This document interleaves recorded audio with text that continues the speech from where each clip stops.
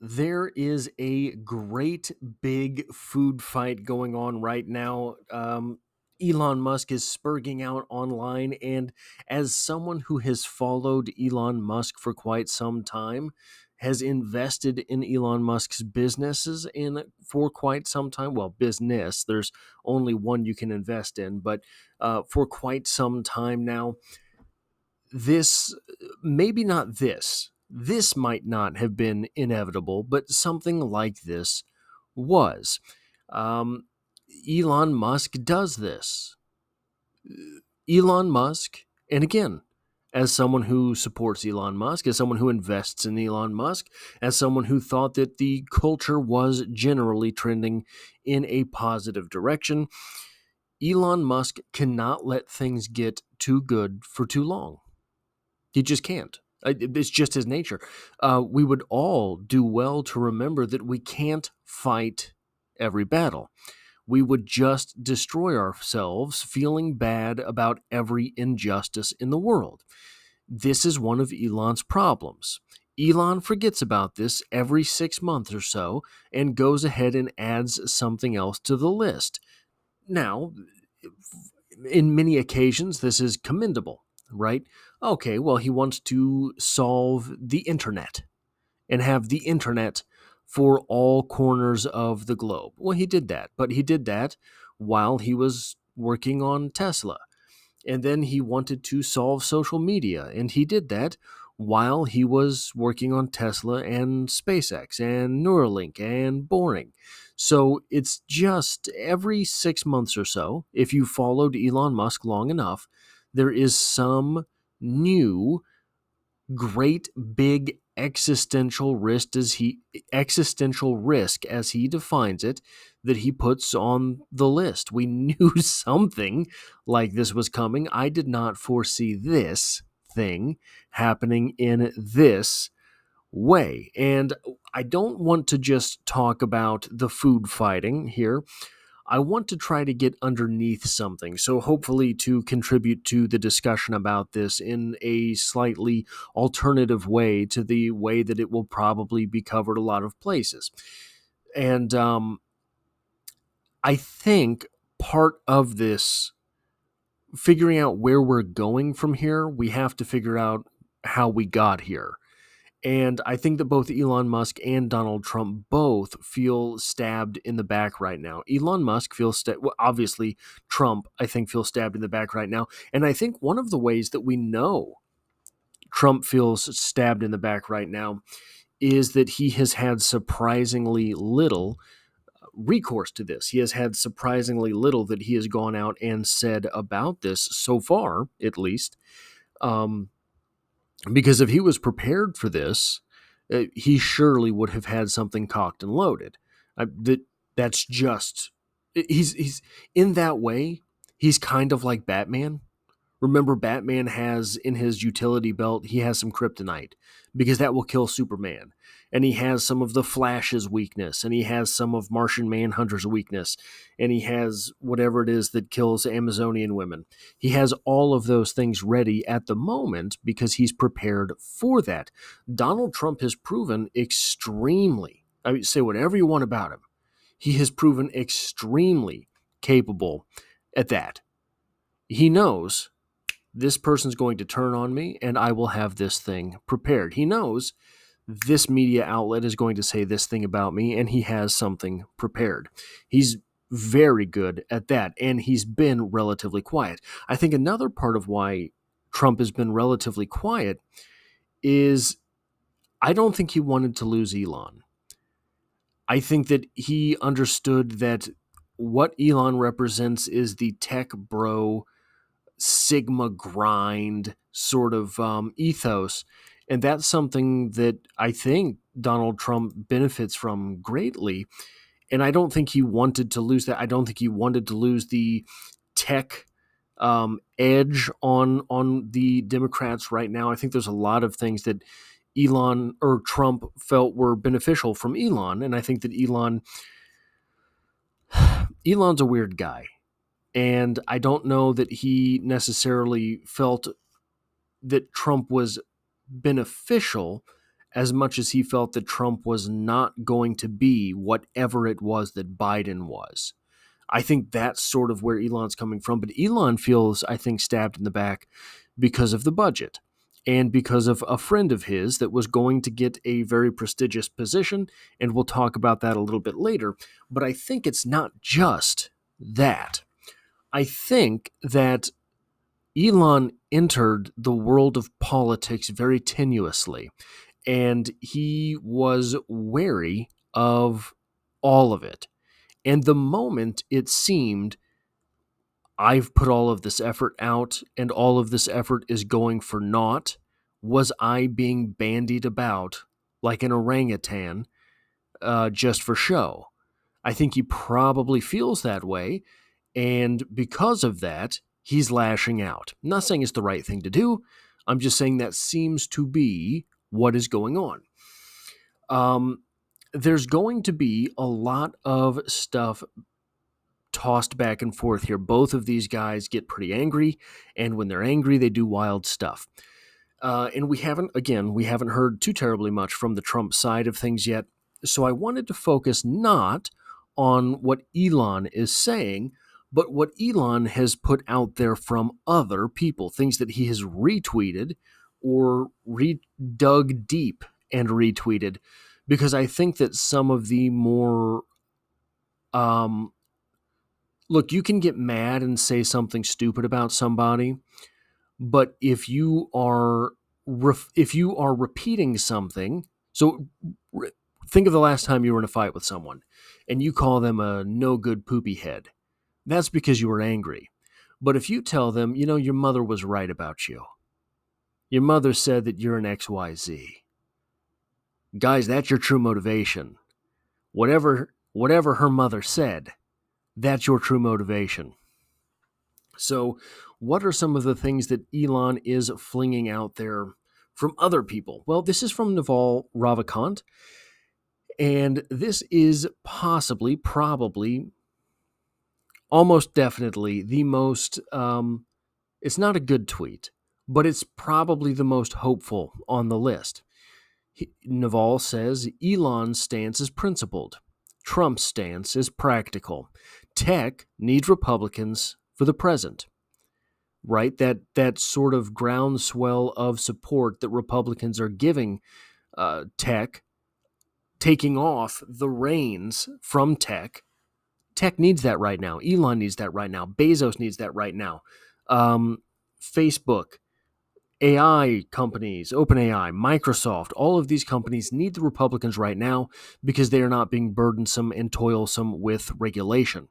Republicans need tech for the future. Republicans have the chance to claim the tech bro party. Republicans have the chance to claim the title of being the technologically progressive party, which is huge for the way that probably the entire economy is going. Then Naval finishes this up by saying, drop the tax cuts, cut some pork, get the bill through. So why do I say this is hopeful? Well, because this is Elon, admitting that Trump is being practical.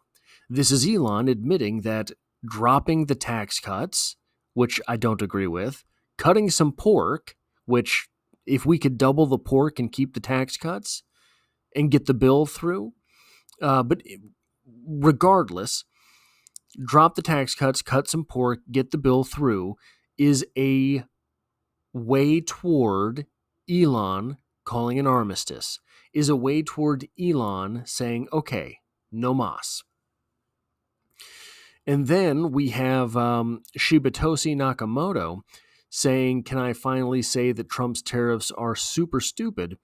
And Elon Musk says the tariffs will cause a recession in the second half of this year. I don't know if that's true. I don't see that happening. If for no other reason than the fact that we've already had changes in the definition to what a recession is because of the whole Joe Biden debacle. Now, the term recession is basically just a suggestion. Is it a recession? Oh, I don't know. Nope, doesn't seem like it, right? So even if there are two consecutive quarters of not meeting the growth expectation. I don't think that it will be defined that way. Well, the liberal media might define it that way. You'll have others in the administration saying no. So I think it'll be just another food fight. But I do think that this does show that Elon was, look, we all know what it's like to put on your face and go to work. Elon has talked about the tariffs in not great light, but he's never gone this far. And now he doesn't feel that he's at work in the administration anymore. And he's going ahead and putting this out there. There was another tweet I should have captured. I guess JD Vance is on Theo Vaughn's podcast tonight or something. And he tweeted out a picture of him and Theo and said, "Oh, there's nothing going on in the world today. I wonder what we'll talk about." So I thought that was just a funny from JD Vance, somebody that you don't often associate with having the greatest sense of humor, I guess. But Theo brings it out in him. So not that I think that JD Vance just kind of comes off as a bit of a stick in the mud as opposed to not having a great sense of humor, I guess I should have said. Then we have Elon Musk retruthing Donald Trump. The easiest way to save money in our budget, billions and billions of dollars, is to terminate Elon's government subsidies and contracts. I was always surprised that Biden didn't do it. And Elon replies, in light of the president's statements about cancellation of my government contracts, SpaceX will begin decommissioning its Dragon spacecraft immediately. I think that this is just this is evidence that there are going to be consequences to this. This is evidence that Elon. So I'm not here to diagnose anyone. Probably, however, I think we can all look at what's going on and say it would be advisable for Elon Musk to get tested for antisocial disorder. Someone who probably, allegedly, also maybe suffers from that sort of thing. One of the main reactions is when someone denies you something, you close off completely. And that's what we see here from Elon. The president is saying, hey, what if we take away those billions of dollars? What if we take away those subsidies, buddy? Elon's saying, screw you. I'm not saying it's the greatest thing in the world. I'm not saying it's a super strategy. I'm just saying that it looks like that's what we're seeing here. And also not great with, so some people in like this are not great with accepting help either. So, yeah. Anyway, then we have Elon Musk retweeting President Trump on Elon Musk. Elon has never asked me for a thing. I mean, I got rid of the EV mandate, but he's never asked me for a thing. I think he's an amazing attribute. I think that's an amazing attribute. Elon is a patriot. We want to thank you very much for the job you're doing. This further exacerbates the fact that he's not good at accepting help, right? So Elon went and did all of this work on the campaign trail for the Trump administration or the Trump candidacy and refused to say, hey, just take it easy on the EVs, will you? Just take it easy on me here or there. Trump is acknowledging that he never asked for anything, which, again, maybe not again, but for the first time in this video, for someone like Donald Trump, I imagine that sent up a red flag. I imagine that someone who is from the gritty, elbowed world that Donald Trump is from, making deals, doing business, not doing technology business, right? Doing all sorts of other business, doing construction business. If someone doesn't ask you for something when they're providing you something, to someone like Donald Trump, I imagine, I'm not going to prescribe, but I imagine that it suggests they're going to be back with a big ask later. Um, that's not Elon Musk. So the red flag was warranted, but it was not because Elon Musk was going to come back and ask for something big later. It's because Elon Musk was going to say the terms of our relationship are decided by this guy. He's got two thumbs pointing right at him, right? If our relationship is predicated upon solely things that I am providing, Elon Musk providing the cachet of the tech crowd and a whole lot of labor towards that election, Elon Musk provided that and asked nothing in return. So our relationship, I'm Elon saying our relationship, Mr. Trump, is going to be exclusively on my terms. His terms were not met by, I think, a shot at one of Elon's friends and the fact that the budget is not going through, or is the budget is basically dawdling all of the work that Elon did for the government with Doge. I think it's not quite as bad as that, but I think that's because of those things. We're done, buddy. I think that's what Elon is basically doing here. Then we have a tweet from Konstantin Kisin. What Elon Musk is doing is genuinely heroic. Don't know if I agree with that, especially if you take my stock portfolio into account.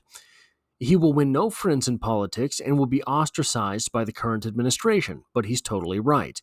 We, the entire Western world, simply cannot go on pretending our way of life is sustainable. Historically, countries build up surpluses in peacetime and then go in debt fighting wars. We are going into more and more debt during peacetime. Clever economists will tell you this is sustainable. It is not, and someone has to do something about it.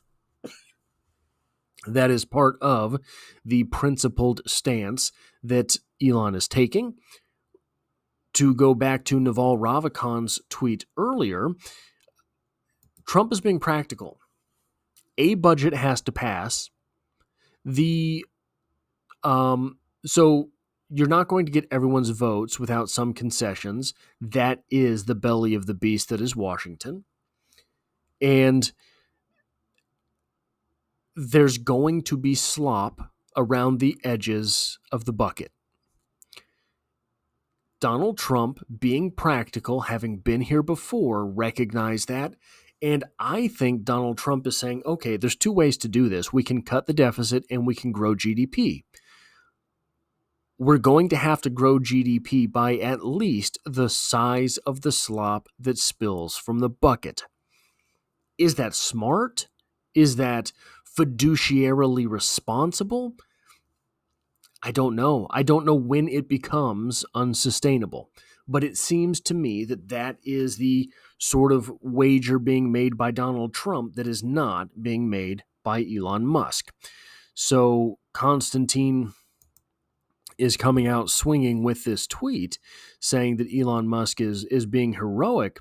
But I think that the definition of heroic here is estranged, because I think what he really means is this second paragraph here. He will win no friends, and he knows he's not going to win any friends here.